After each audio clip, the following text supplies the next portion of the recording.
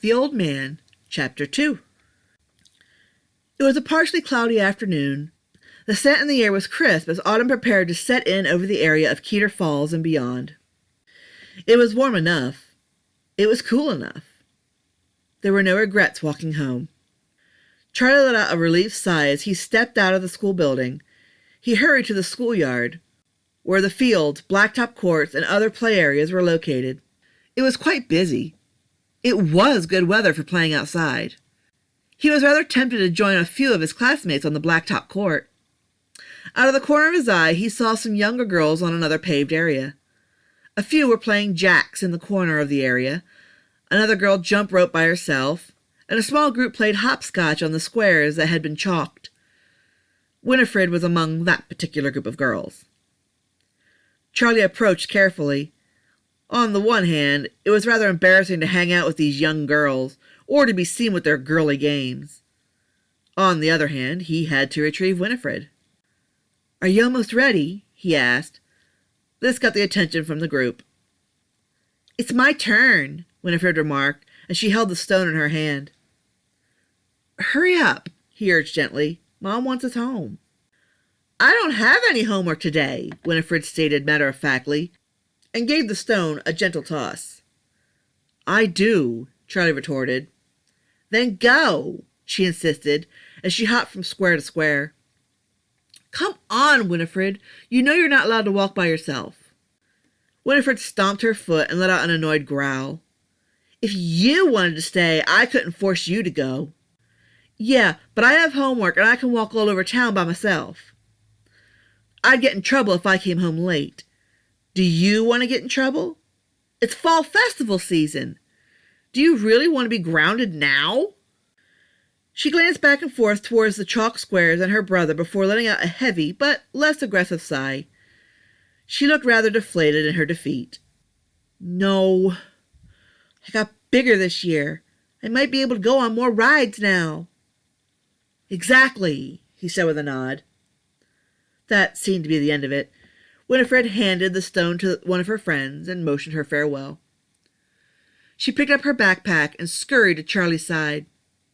After several minutes, he forced a smile and gently bumped against her. "Hey, cheer up. Hopscotch is nothing compared to games, rides, fair food, and prizes." "Yeah, I guess so," she agreed.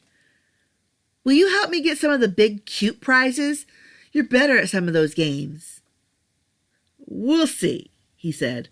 "Maybe I'll have to train you to play those games yourself." "I know how to throw darts and balls, Charlie," she insisted, "but I have trouble getting comfortable over the booth. Besides, Mom and Dad said I wasn't allowed to shoot the BB guns, so I can't play that game." "Well, we'll see how big you got, okay?" he offered. "If you're still too small, I'll help you. But if you're big enough, you can try it out yourself. As for the shooting games, I suppose if there's a prize you want, I can win it for you. I'm real good at shooting BB guns." "When can I get good at shooting them?" Winifred asked. "Poof!" Charlie scoffed. "Girls don't shoot guns. That's a boy thing. You'll be really good at cooking and dressing up pretty. Leave the guns to the guys." Winifred simply rolled her eyes. She wasn't sure how much energy she wanted to invest in this argument. It wasn't the first time, and it wouldn't be the last time. She believed girls could be just as good as boys in many things. However, it seemed her father and brother, along with a lot of guys, seemed to feel otherwise. Heck, even some other girls felt otherwise, too. So instead of arguing, she quickly grew a smile and bumped back into him. "Hey, race you home. I bet I can beat you." "Oh, please," Charlie laughed. "My legs are longer. My lungs are bigger. I'd wipe the floor with you." "Says you," she laughed. She began an awkward run as she taunted him. "Winifred, wait!" he shouted. She certainly got a bit of a head start on him. He began to sprint. "Winifred, don't slip in the puddles!" She paid him no heed. She merely laughed as she turned a corner. "I'm gonna beat you, Charlie!" A moment later, she stumbled. A combination of a crack and a dip in the sidewalk and her poor judgment in not watching where she was going led to the inevitable. Or so she thought. She let out a cry as she spun her head forward and held out her hands to break her eventual fall. She felt a sudden collision and yank. The puddle was replaced by blackness. The next moment she found herself held up by a large body. She was pulled over the puddle and placed carefully on her feet. "Be careful, my dear," his voice cooed at her. "You don't want to sully your pretty clothes or hurt yourself." Winifred peered up at his face. She couldn't find her voice. She wanted to speak, but her insides felt paralyzed, frozen, and unable to do as she wished. "Winifred, I told you to!" "Slow." Charlie slowed to a stop as he approached and stared unwittingly at the man's face. He felt a chill go down his back. He was a tall and skinny man. His face was white. His cheeks were sunken in, and his eyes seemed to glow from dark sockets.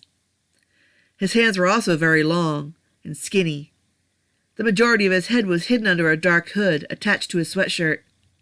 "You should be careful," the man said to both of them. Charlie began. He slowly approached and took Winifred from him. She buried herself into her brother as she found herself unable to look away. After a moment or so, the man sighed. "It's rude to stare." And with that, he slid by them and began a steady jog and vanished behind the corner. After another moment of frozen silence, the siblings felt themselves able to breathe again, and the stiffness of their bodies faded away. "Whoa," Charlie began. "That was kind of freaky." "That old man was scary," Winifred agreed. "I told you not to run off," he scolded. "You're lucky you didn't get hurt or wet. Mom would get mad." "Humph," was her little reply. "Let's just go. Mom will get mad anyway. We're not supposed to talk to strangers." "We didn't," Charlie insisted. He let out an annoyed huff and continued to walk home in silence with Winifred beside him.